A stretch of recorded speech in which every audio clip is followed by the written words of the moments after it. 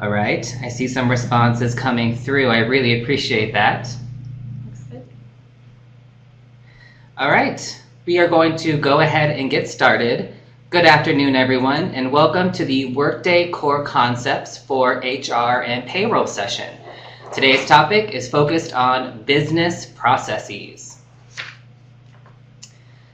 We want to start by introducing your presenters today. My name is William Ashley. I'll be serving as your moderator. I serve as the Communications and Engagement Director on the Enterprise Project. I've been at Ohio State for about 10 years, including 3 years in the Office of Human Resources on the communications team. And I'm joined today by 2 colleagues from the HR and Payroll team, Becky and Chad, and I'll ask them to introduce themselves. Hi, everybody. My name is Becky Keller. I'm the HR Change Analyst or Payroll Change Analyst for the Enterprise Project team. I've been with OSU for about 4 years, and I've worked both in student life and athletics. Good afternoon. My name is Chad Wolf. I am the Payroll Workstream Manager for the Enterprise Project. I've been at OSU on and off in various capacities for close to 20 years, so I'm happy to be sharing this today with you. Great. Thanks, Becky and Chad.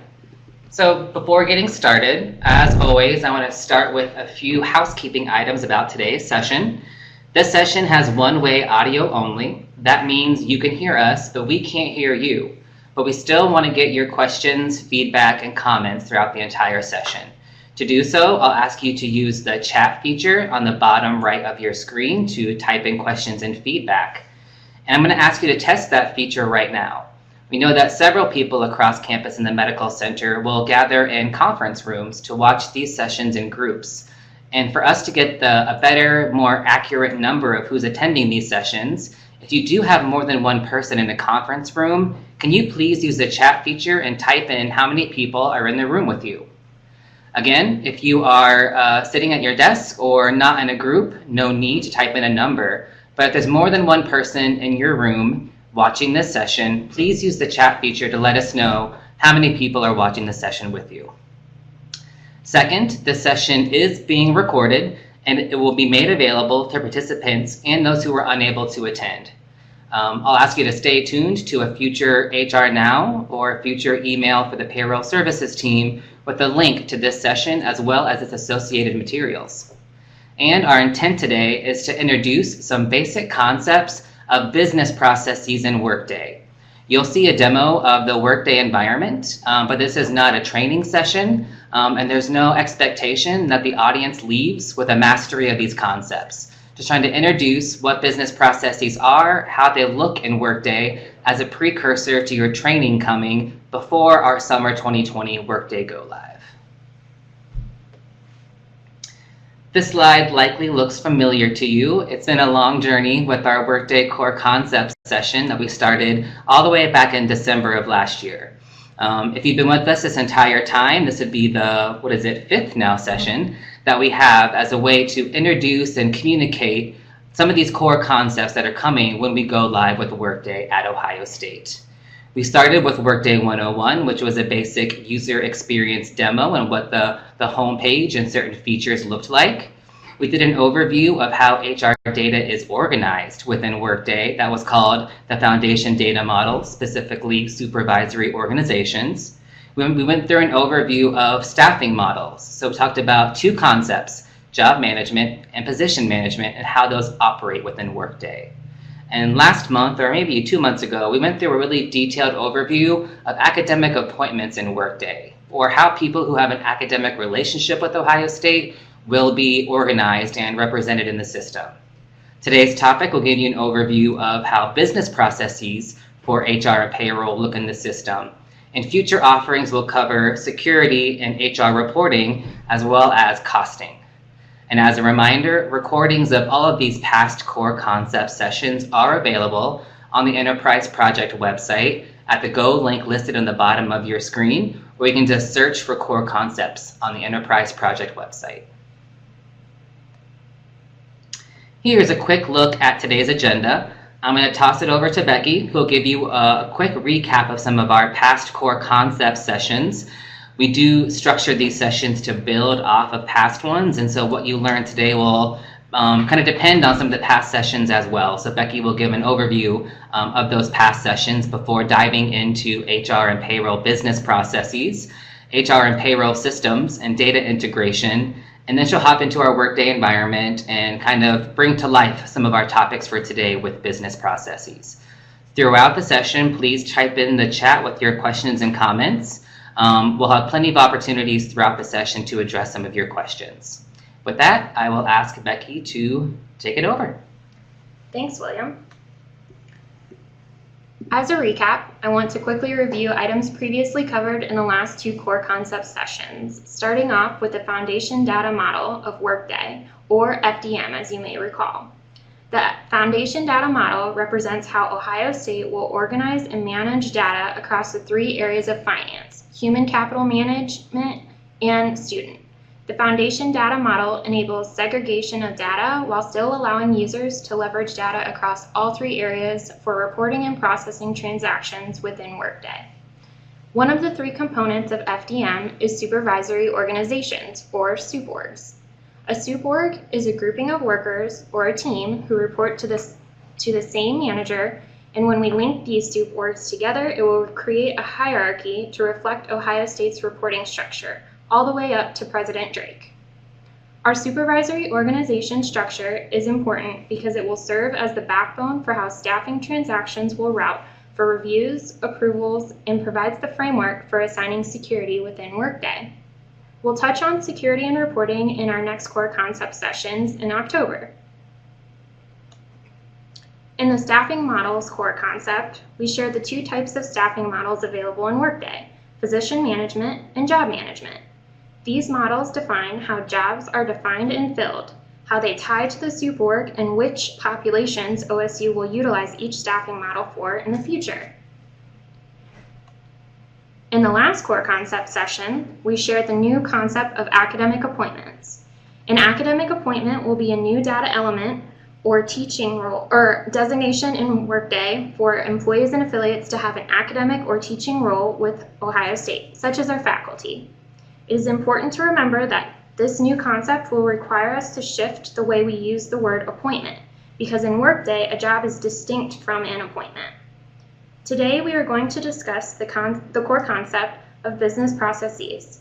My goal is to build the basic blocks of knowledge around business processes and what they mean for Ohio State before you learn more details about specific business processes you may be a part of in the future.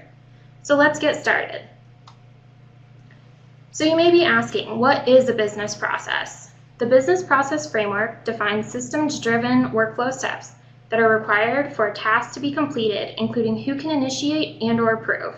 Simply put, a business process is the flow of steps taken to accomplish a task. Who is involved, how we get things done, and in what order.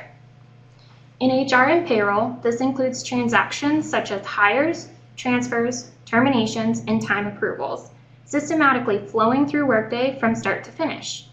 Business processes aren't only for HR, but for all of Workday. Finance, supply chain, HR and payroll, student services, and IT and data analytics all have their specific business processes. An important attribute to business processes is the dependency each step has on another. With predefined sequencing of steps, each step in the process must complete before the next one can be taken. You cannot skip steps or do them in different orders. For example, you cannot complete step 3 before 1 and 2 are complete. Once a business process has been initiated in Workday, Workday systematically routes the tasks to the responsible users based on their assigned roles. The business process framework uses security groups to control who performs the business process steps. Again, you'll learn more about the security and access in the next core concept series, but we thought this was important to introduce this concept. Business processes will have a systematic flow of information through each step, reducing the need for multiple data entry points. You will see this later as we go through our demos. Today, we execute the steps in different order and sequencing across campus and the Med Center. We also have multiple systems resulting in duplicative data entry. In the future, our business processes will be consistent across Ohio State, and data entry for HR will significantly reduce. Okay, now let's talk a little more about how business processes and Workday impact one another. As we've shared before, Workday is designed to be configured rather than customized. This is important to understand. Historically, Ohio State has customized systems over many years, adding complexity that has to be addressed every time a system change is required and leads to many inconsistencies. Think HRA and Green Action. Each college or unit can have different people initiate and approve. This inconsistency in our system means that units across Ohio State have different processes for the same types of transactions, such as creating a job posting or submitting a reimbursement request for travel. This has created different experiences for both core and end users of the system. Moving forward, our business processes will be consistent across the enterprise, the same people, the same steps, the same order. With Workday, the system is configurable and not customizable. We like to compare the idea of Workday configuration to the layout of a condo unit that you might buy. The floor plan cannot be customized, meaning that your walls and doors will be in the same place as every other unit. However, you can design and lay out each room to your personal preference. That's what OSU is able to do with Workday. Workday tells us where the walls are, and within that plan we can configure our own business process designs. Because it is configurable and not customizable, there are some steps in sequencing that we cannot remove or change in some business processes. When you learn more about business processes through training next year, this is important to remember, as you may wonder why some things exist at all or question where the step is located in the business process. While it may not make the most logical sense for Ohio State, it is likely because the step or sequence is one of the walls or doors built by Workday. Let's now talk about all the inputs to our business process design and configuration for Workday. We reached out to a variety of groups, such as subject matter experts and leaders, to receive input about current processes, challenges, and areas for opportunity for Ohio State. We also reached out to similar outside organizations to learn about their processes in Workday.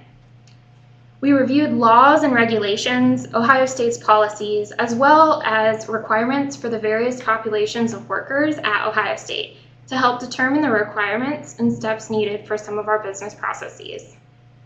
Finally, we reviewed Workday functionality. For each of our business processes and with all of these inputs, we developed the configuration of Ohio State's future business processes. Let's take a look at what HR and payroll processes are impacted by Workday. Each of these bullets represents a group of HR or payroll processes. For example, under the Recruit to Hire section, you'll find Create a Job Requisition, Offer, and Hire. Not all of our business processes will reside or be replaced by Workday. This is because we may have determined the best practice for said process was to keep it in a different system. We have a few examples of these on our next slide. As you can see, some of our current systems will be fully replaced by Workday, such as HR Action and Green Action. For other systems, we recommended that we keep them because of the highly specialized functionality of the software, and yet we need that data in Workday for streamlined and efficient reporting. For these systems, we will integrate data into Workday. Some examples include Kronos for the health system and OnBase. We also have some examples where we will keep our current system and process because Workday is not designed to provide the same kind of functionality. OneSource would be an example. Please note, this is merely a representative sample, not at all an exhaustive list. More information regarding the Enterprise Disposition List can be found on the Enterprise Project site. Let's pause here for a second. Are there any questions so far? Thanks, Becky. We're going to take a quick pause before moving forward in the presentation. Does anyone have any questions about Becky's overview of business processes in Workday? Okay.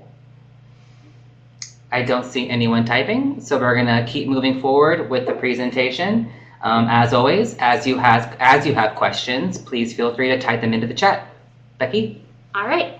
So for the remainder of our session today, we will walk through some examples of a Workday business process in action. First, we will review the process in a step-by-step discussion, followed by a brief demo. The three business processes we will go through today are last name change, leave requests, and a termination. Just a few things to keep in mind as we walk through the demos. In the interest of showing you what a business process looks like and making sure you come away with an understanding of what a business process is, we will be showing some simpler examples. Please keep in mind that not all business processes are this simple, and some will involve more steps and analytics to complete.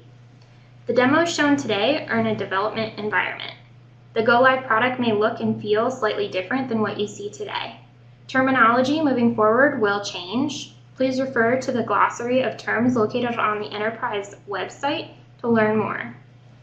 You will see me move between security roles. This is referred to as proxy and is for demonstration purposes only. Go-live will not provide a proxy feature. All right, so one case of a business process might be an employee who gets married and then wants to legally change their surname. In the demonstration, you are going to see an employee who's able to initiate the name change on their worker profile. This will eliminate the need for any outside paper process and expedite the request because it's been initiated in Workday. In addition to an employee, Workday allows for backup initiators. For example, HR can also initiate the name change request on behalf of this employee. In the demo, we are going to show the employee will submit this request, and it is then reviewed and approved by a member in HR Shared Services. So let's move into our demo of this process. I'm going to go ahead and go on into Workday. I will have to log back in really quick. So we have a coworker, and her name is Andrea Harper, and she's recently gotten married and wants to change her legal name. So I'm going to proxy in as Andrea Harper. Again, proxying is just a function for demonstration. It will not be available when we go live.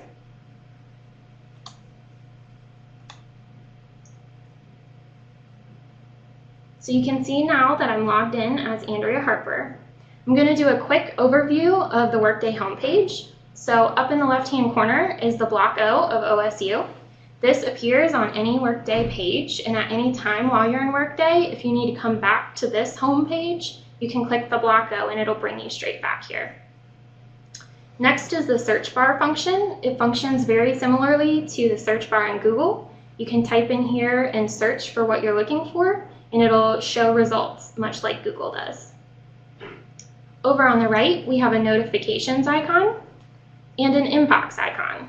In the inbox is where your action items will reside in Workday, so if you need to take action on anything, that's where you'll go.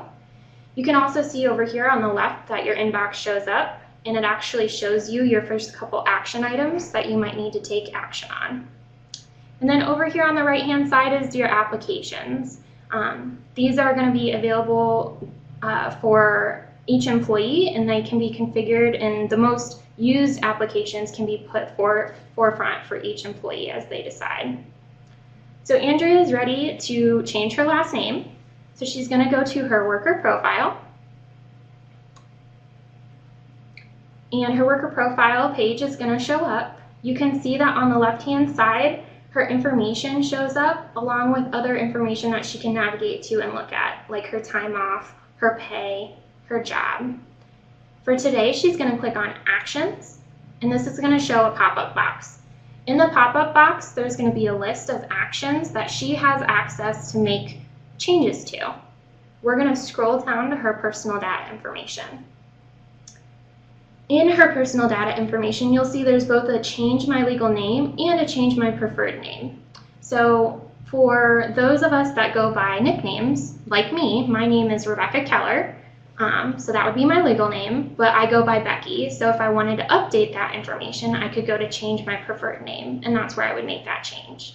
But for today, Andrea Harper just needs to change her legal name, so she's going to click on the Change My Legal Name button. She can tell that she's been navigated to the right action because the action name will be at the top of the new web page. So it says Change My Legal Name. And then you can see that there's a couple of data boxes that need filled out. The boxes that are required are all indicated by these red stars next to them. So the effective date is auto-populating today's date. For our demonstration today, we're going to keep with our date as of today. For the country, it's also going to auto-populate, so that's correct, and we don't need to make any changes. First name is not changing, so we'll leave that. And we're going to update the last name to Ardell, which is her new last name. As we scroll down, you can see that there's a comment box. Andrea can make a comment if she wants. It's not required for this business process, so we're going to go ahead and skip that. You can also see that there's an attachment box. Now, to change your legal last name, you do have to provide documentation of that legal name change. So we are going to upload a document. And you can see that more data boxes have now populated because it's asking what kind of attachment it is. You can see that only category is required, so we'll go ahead and click on the options. There's many options, as you can see. These are being configured currently, so they might change. We're going to go ahead and do personal information. Now that Andrea has gone through all of her data boxes and has realized that she's got everything correct, she's going to go ahead and click the Submit button in the left-hand corner. She is now taken to a new page, which says You have submitted at the top. This means that she has completed her step and has started the business process. She can also see that there's an Up Next section, and it shows who it's routing to. So she can tell that HR Shared Services needs to take action in order for her name change to be complete. If she wants more details, she can click on this blue arrow, and it's going to show a drop-down box with more information. As we scroll down, you can see details. But if you click on Process, this is where she can see a step-by-step layout of what the business process looks like. She can see that her step is completed and that it's now awaiting action by an HR Shared Services member. This is just another great way that Workday shows visibility and transparency to all users, including employees. So next, we're going to go ahead. I'm going to proxy really quick. I'm going to move through that since that's not something that'll be in the future, as Brad Link. He is an HR Shared Services person. And when he opens up his home screen, he'll see his inbox, and right away he'll see that he has action items. And his very top action item is a legal name change for Andrea. He'll go ahead and click on the action, and it's going to take him to his Workday inbox. A really quick overview of the Workday inbox. On the left-hand side, you can see all the different actions that need to be taken by Brad Link. He could also click on Archive, where he would see all of the actions that he has taken and has completed. If we click on the Viewing All, there's an Edit filter. You could create your own filter for your inbox that could say, I just want to filter by legal name changes, and it would create a legal name change filter. And you could click on that, and it'll only show your actions over here that have a legal name change request. So Brad is ready to review Andrea's request, so he's going to start scrolling down. He'll look through all the information that's been submitted. He can see that the name has changed, can see when it was initiated. He also has a comment box, and as you can see down here, there's an Approve, a Send Back, and an Add Approvers buttons. If he were to send back or add approvers, he could always write a comment to those people that he's either sending it back or adding in, letting them know why he might be making that change to the business process. He can also see process history, which again just shows how visible Workday is. He would view the document to make sure that it's correct, and once he is okay with all the information, he would click Approve. You can now see that this business process has been completed because it says Success Event Approved. You can see that there is an I-9 partner that fires off of this business process. We are not going to show that today because there's no I-9s currently in the system. But for this business process, it is complete. So we are going to go ahead and go back in and do a leave of absence request. All right. We do have some questions that came in, Becky. Okay. So I'm going to tackle as many of these as we can. I do want to start this conversation by noting that today's intent was not going to be a really detailed training or demonstration of this process. Specifically, it's more showing in general how processes work and the different steps involved within Workday. Noting that training and other change details are going to be completed well in advance of our Workday Go Live. Mm-hmm. So for some of these, that might be the answer for some of your questions. So just know that going into it. So Elaine asked, why is compensation listed as an item that someone can take action on from their worker profile? Mm-hmm. And if we go back and take a look at it, you'll see it's just a view compensation. So it's actions they can take. It's not always things they can change. Mm-hmm. So the action they can take on that compensation is just to view some piece of information about that. Right. So that profile can see maybe both view and do kind of items. Yep. Great. Thanks, Chad. So from Regina, if we're not proxying in for another employee, how can someone navigate and take action for a staff member versus an action for themselves? You mentioned like a backup initiator, for example. Yeah. How does that happen if we don't have proxy? Yep. So if you are somebody that is designated that can go in, you'll have the ability to go in and do it on behalf of them. So you won't have to proxy. It'll be designation is what it's called. Good. So designation versus proxy. Yes. So you learn a lot more about this concept of designation when we get into training. Yep. Great. Thanks, Becky. So this is more of like a process step question, perhaps, from Kimberly Oyer. Will the employee know what documents are needed to be uploaded during a process? Is there anywhere that lets them know what is needed? Yeah, I'm sure as we get into training and creating our documents for those processes, we will make sure that that's documented well for employees and that they're made well aware of what should be uploaded and what should not be uploaded in for Workday.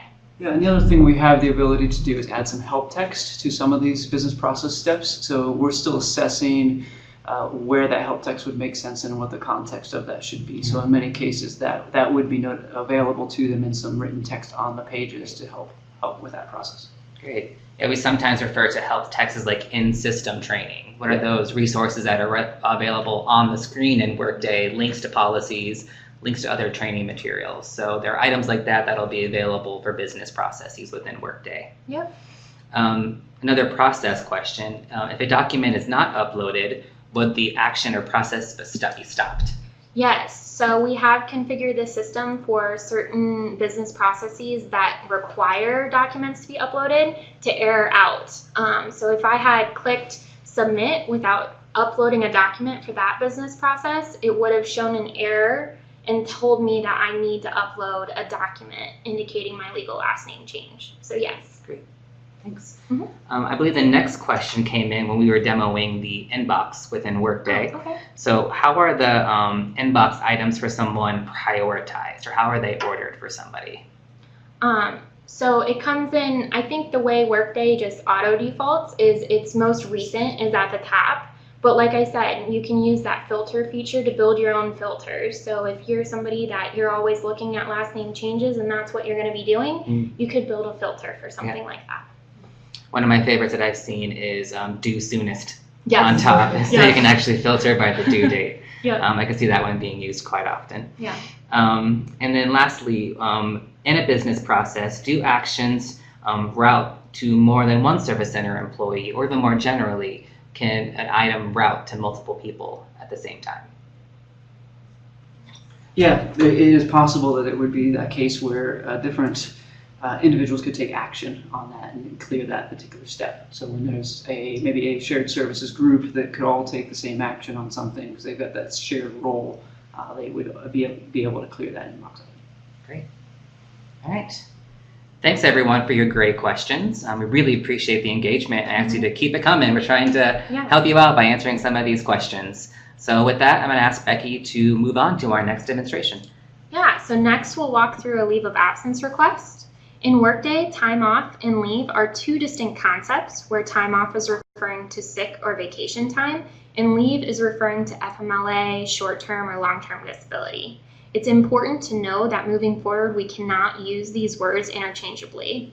Please note that health system employees will request time off via Kronos, but all employees at Ohio State, including the health system employees, will request leave via Workday.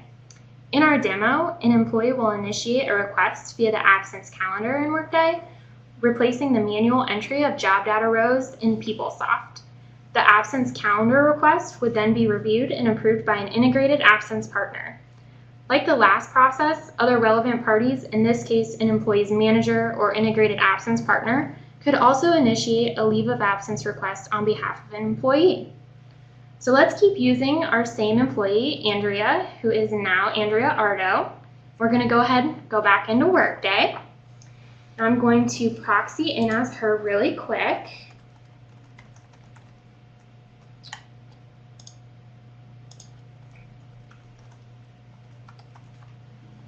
I'm going to move kind of quick through the proxying just because, once again, this is not something that we'll be able to do in the future. And once Andrea is back at our homepage, she has realized that she's going to need hip surgery. And since she needs hip surgery, she's going to have to put in a leave of absence request. So she's going to go ahead and look over, and she'll see that she has an absence app. She'll click on her absence app, and it's going to show her absence work page. So up in the left-hand side, you can see the request. This is where we can request an absence. She could correct it, or if she was out on leave already, you could return from leave. Over on the right-hand side, there's the external links. This is kind of cool. So if they're getting ready to go out on leave, they can just link right out to the policies to read up on them and make sure that they understand what's going to be affecting them while they're out on leave. And then down in the left-hand side, you can see that they could view their current absences that they've already submitted. They can also see their absence balance. But I think probably the coolest thing, at least I think it's the coolest thing, is the available balance as of today. So any employee can go on in and click on the absence app, and right here in the bottom right-hand screen will show them all of their eligible balances as of that day. So for Andrea, she's going to go ahead and request an absence. So we're going to click on the request absence button, and it's going to take her to her absence calendar. Before I get into the leave of absence request BP, I do want to kind of walk you through the absence calendar because it's a pretty cool feature. So you can see that the whole month of August is showing for Andrea.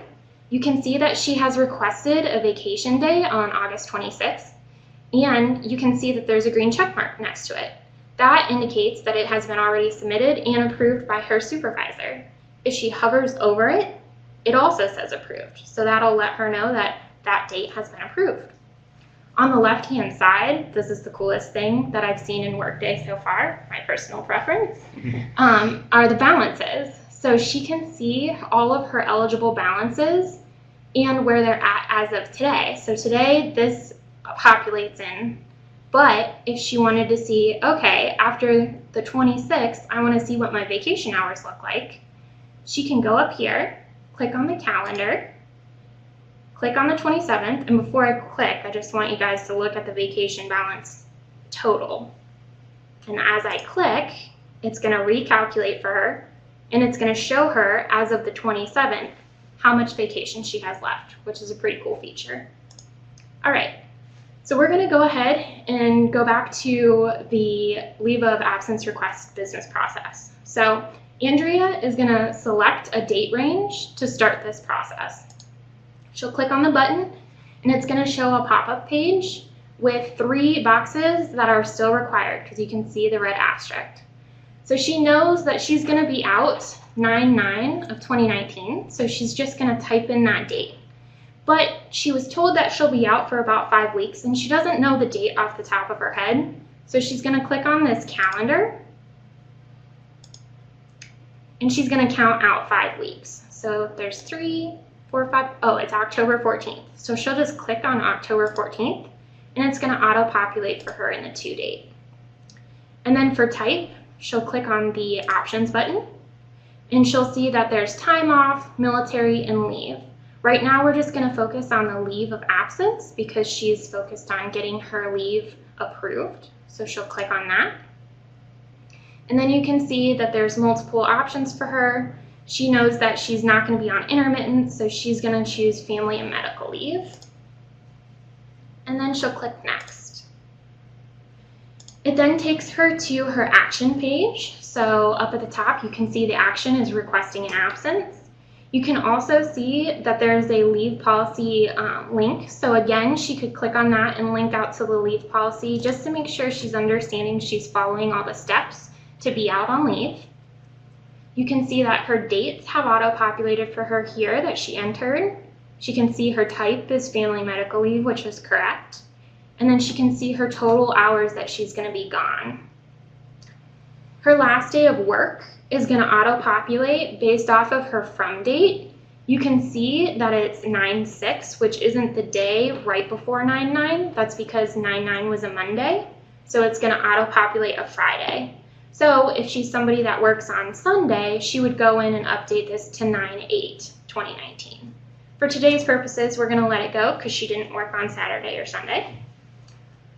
The reason is required, so we'll go ahead and click the options, and it's the serious health condition for self. Again, there's a comment box. It's not required, so she's not going to do any comments, and there is an attachment box, but that's also not required for this business process, so she doesn't need to attach anything. So once she's double checked all her dates and is okay with everything, she'll go ahead and click submit. She'll know that her step has been started because your changes have been saved, pops up at the top. Remember, this is a little bit different than the last business process where it took her to a page and it showed her an up next button. Instead, it just showed that green box at the top, meaning that she started the business process. So I'm going to go ahead and proxy in as an integrated absence partner so we can approve her leave request.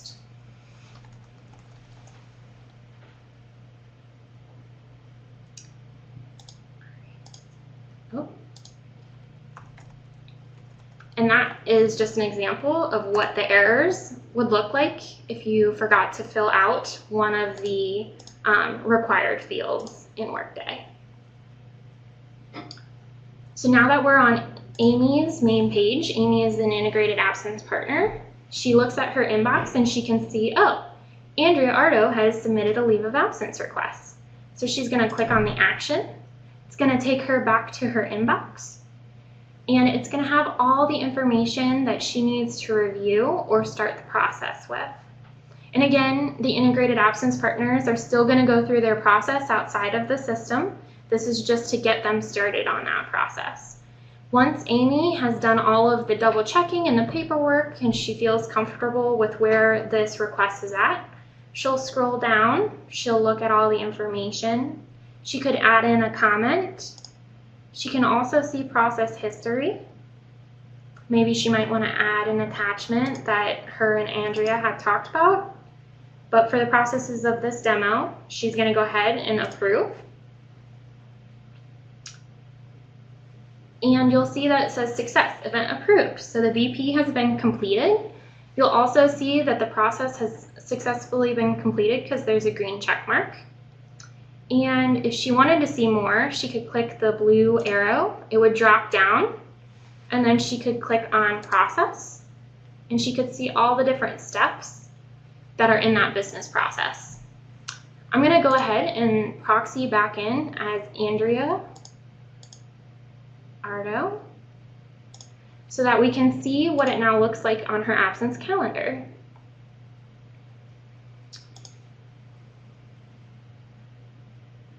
So once we're back in to her absence calendar, Andrea will scroll over to September and she can see, oh, all her weeks have now been approved because there's a green check mark next to them. So that is how a leave of absence request is completed. Cool. Yeah. All right. Thanks, Becky. We did have a few questions come in from the audience that I'm going to ask Chad and you to help us answer. Yeah. So I think I may saw this as part of your demo. How is intermittent FMLA leave entered? Is it the same process? I know I saw an option for that as you were picking some options. Yep. So that would be the option instead of the regular FML. There's a separate option within the process for intermittent FMLA. Thank you. Looking at the absence calendar, Do the balances in the future include additional leave earned during that time? So when you're checking an available balance, does it also take into account future leave being earned? Yep, yeah. So it will take into account what you've accrued over those couple weeks. It's going to add that in, but then it'll also look at what's been approved and what has been taken out as of that day, and it'll calculate it. Great. So yeah. Yeah, and I think that's what's super cool Yeah. about it is that it's not just what's been taken and requested, it's doing forecasting of your future accruals, right? So it's fairly accurate. It might change, obviously, depending on what you worked and what your accruals might change, but it actually does that forward forecast of your accruals, which is really cool. Nice, thank you. Will available balances recalculate if time has been requested but it's pending your approval from the supervisor? Yeah, for this one, it actually must be approved for that number to be taken into account in that. So while it's in pending, it's not officially out of that thing. Once it's approved, then your balance will adjust accordingly, Great. unless it's canceled and it'll come back. Okay. And this one came in as I was talking, so I apologize if I don't say it correctly. Will a copy of the approved FMLA case be viewable in Workday, which would notify the supervisor that it's okay to approve an FML request? So I think that the direction has been we will not upload any type of FMLA documentation into Workday. That's why we still have Integrated Absence has their outside process, and they have their database where all of that will reside. And then also their same notification process will most likely stay the same to notify managers. So it sounds like more detail on that will be Yeah. provided when we get to training Right. in a specific part of the system. And the integrated absence team will definitely be very involved in the entire leave process Great. throughout the various pieces, as well as the intermittent, for example, and or the continuous. Great. Thanks to both of you. Again, everyone in the audience, please keep the questions coming and using the chat feature. But we'll move on to our last demonstration for today. Becky? Okay, so the last process we'll walk through today is initiating a termination.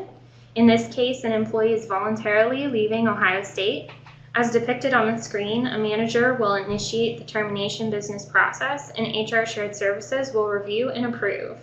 A few things to note is that we can configure rules on some business processes, such as a termination, to drive additional steps to happen.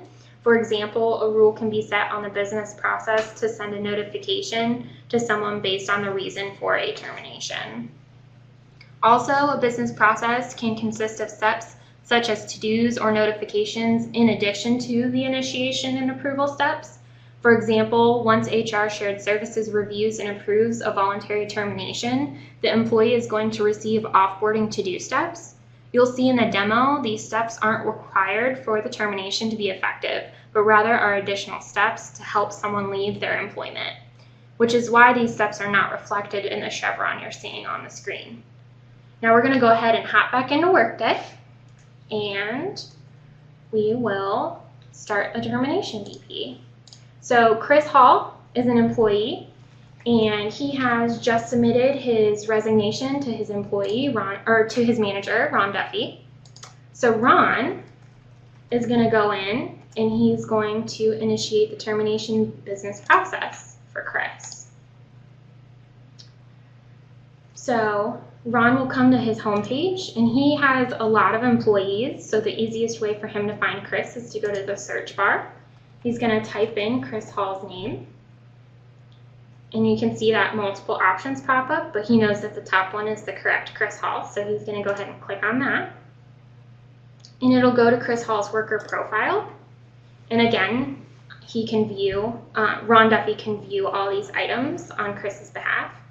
He's going to go ahead and click the Actions button, and he's going to scroll to the Job Change action, and then he's going to go to Terminate Employee. You can see that there are a couple areas that are required here. So Ron is going to click on the pencil for the primary reason. He's going to click on the Options, and it's a voluntary. So he's going to go ahead and enter voluntary, and it's a resignation. So he'll click the resignation option. Then next in the details, he'll see the termination date. So he'll click on the pencil again for this box, and his termination date, he can't remember the exact date, but he knows it's 3 weeks away because he gave a 3-week notice. Chris gave him a 3-week notice. So he's going to count 1, 2, 3, and he'll just click on the date, and it's going to auto-populate the last day worked and the pay through date for him. And then the resignation date, you can see isn't required, but for good data, it's always good to enter. So we're going to go ahead and put in today's date, because that's when Chris gave his notice. And you can see that there's multiple other things that are on here, but we're going to kind of go through those really quick because they're not required. Again, there's comments and attachments, but that's not required for this BP either. We'll go ahead and click submit. And you can see that it says you have submitted. So Ron knows that it's been started, and it's now with HR Shared Services, who needs to approve the termination. So Ron, again, just like a couple of the other VPs we've seen, can click on this blue arrow, drop down and see some details. He can click on process and see who's up next in this business process. He can see he's completed his step, and then awaiting action in shared services. So I'm going to go ahead and proxy really quick as Brad Link. Brad Link is the shared services partner who's going to review the termination request. So in his inbox, you can see the very top request is a termination for Chris Hall. So he's going to click on that action. And Brad's going to just double check all the information entered. All the red asterisks look good. He's going to keep scrolling. He's going to double check. No comments have been made. He sees the process history and no attachments. So everything looks good to Brad. So he's going to click approve. And when he clicks approve, it's going to take him to the success event approved page. Again, you can see that the business process has been completed because of the green check mark. This is also, like I mentioned earlier, one of those business processes that fires off additional steps after the business process has been completed. Just because steps have been fired off doesn't mean that the business process isn't completed. It actually does. So this green check mark indicates that the termination date is effective in Workday. So no more data has to be entered. It's already flown through and it's good to go. I'm going to go ahead and proxy really quick back into Chris Hall, who is the employee, to show you some of those extra steps that have fired. And you can see that he now has multiple offboarding action items that he needs to take action on in order to offboard. But these aren't required as part of the business process. So if he decided he wasn't going to do any of these, that doesn't affect his termination date. The termination date is in and it's set and it's good to go. So that is the end of our demos for today. Okay. We have a few questions that came in, Becky, about this specific business process. Again, with the caveat being, if we don't have any specifics of the answers right now, know that more information will come well ahead of go live through your training as we're testing and configuring these actual business processes for go live. First, coming from Sarah Dawson, what will go into OnBase for that employee's file? Yeah, I'm not sure. I know that OnBase is being plugged into many of the business processes. Sarah, I'm not 100% sure in this case what would go in this particular example, but I do know that it's being assessed in the overall business process OnBase. But we can get more details on that. Thanks. Yep, we're taking note of all these questions that come, and if we can't answer them today, then know that this kind of content will be incorporated into future trainings and future communications. Next, so more is coming in, so I'm going to look back at the screen. This is coming from Stacy Brewer. In PeopleSoft, we enter a termination date for the day after the last day worked. Your process indicated that that's the same date within Workday. Yep, that is correct. Yep, it is the same date as the last day worked. Okay. Right. So last day of work, not first day of term. Correct. Got yep. it. Okay. In Workday. Yep. All right. All right. So Jim Woods gave us a scenario to take a look at. What happens when a faculty member doesn't initiate termination action until the employee has already been gone for a month or two? Yeah, great questions, and, Yeah. and part of our overall awareness that even though that should be an exception, it is often quite the norm, and is a process that would be working through. Yeah, it's there's other ways to do determinations. One example of voluntary resignation, it could be entered not initiated by the employee. It could be initiated a number of other ways. Yeah. And also, there's a lot of other pieces that fall into something like a late term, in essence, what this is, because we have the A impact that needs to be considered. There are validation steps within the BPs as well that kick off the payroll and say, hey, something happened. This is recurring after something is already processed. You need to take a look at pay because we might have an overpayment that we need to deal with. A lot of things happen. These term BPs are quite complicated. We give you a very quick demo of a pretty simple version. Yep. There are leave payouts and all sorts of other things that get kicked off as part of these BPs. But it's definitely, we are aware that that happens, and it's being considered in the process. Great. Tough questions, but the right question to ask. From Edward Ferber, what if the employee changes their mind in the middle of a process? So they've entered their resignation, but before that final date, they've changed their mind. So that could happen in any process, I guess, is kind of the question. And in one respect, they could see where it's at. So one of the examples that Becky showed is they were able to see where a particular step is in the process. If it hasn't been completed, they can go through and maybe reach out to that approver that's going through and say, hey, could you please send that back? I've made a mistake. I don't want that to go forward. They can reach out and try to get that BP closed in the process. I put in a plug to call the service delivery help desk at some point and get initial help right away. Those people can dive in and do some support if the manager is not the right person to help with that. But each process has ability, depending on how long that BP is and how far it is in the process of being rescinded. Even something that's been approved and all the way through can be rescinded with the right access to do that, which would back an entire process out of a BP. It's not something we've shown in this example, but that rescind feature is available as well. Okay. Two questions came in about resignation letters. So would the employee have to download some kind of letter or form as part of this process, and would that need to be attached to the business process? Yeah, so I know that is currently being discussed in configuration, and they're deciding if that is a requirement or not as part of this business process. But I from what I know, they are leaning towards having that being part of it, and having it uploaded as an attachment. Good. Just one more example of seeing the system this early is that we're still working through the configuration, and once we get into testing, we'll know more about how these operate as well. So we expect to have all these things ready to go by the time we start training in the spring and getting people ready to go in the system. Here's a question that came in possibly about the medical center. Will employees enter time off requests in both Kronos and Workday?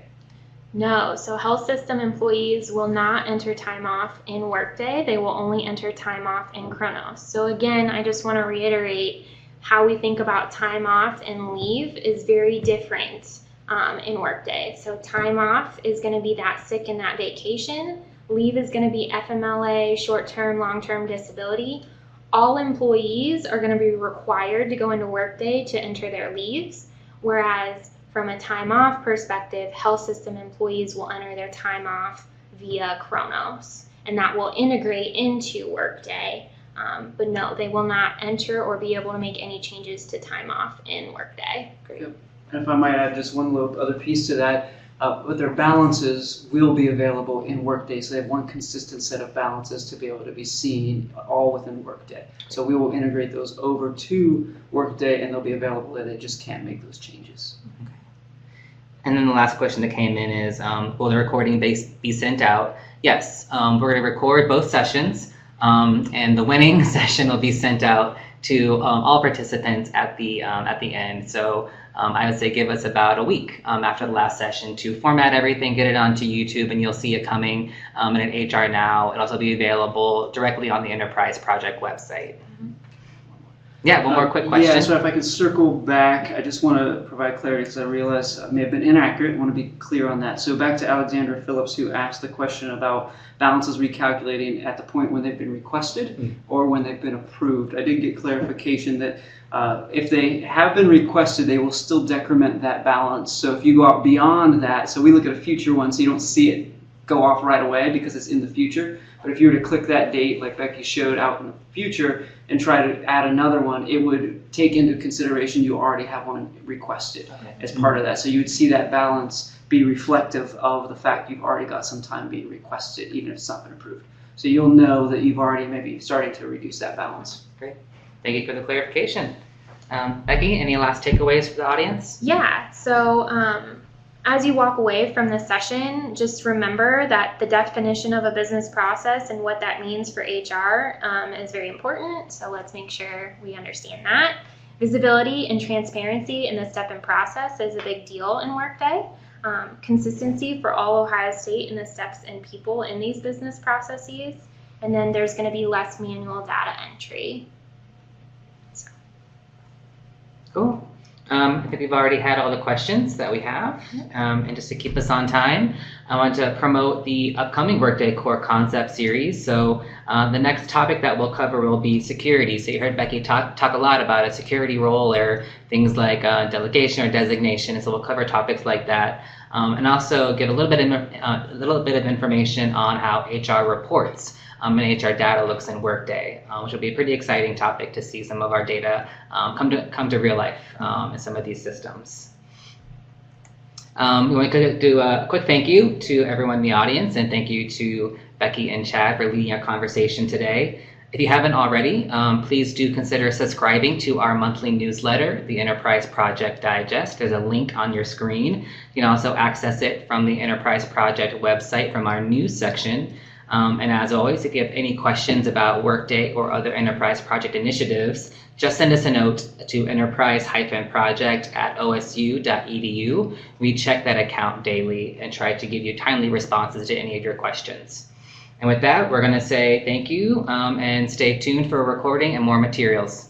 Thanks, everyone.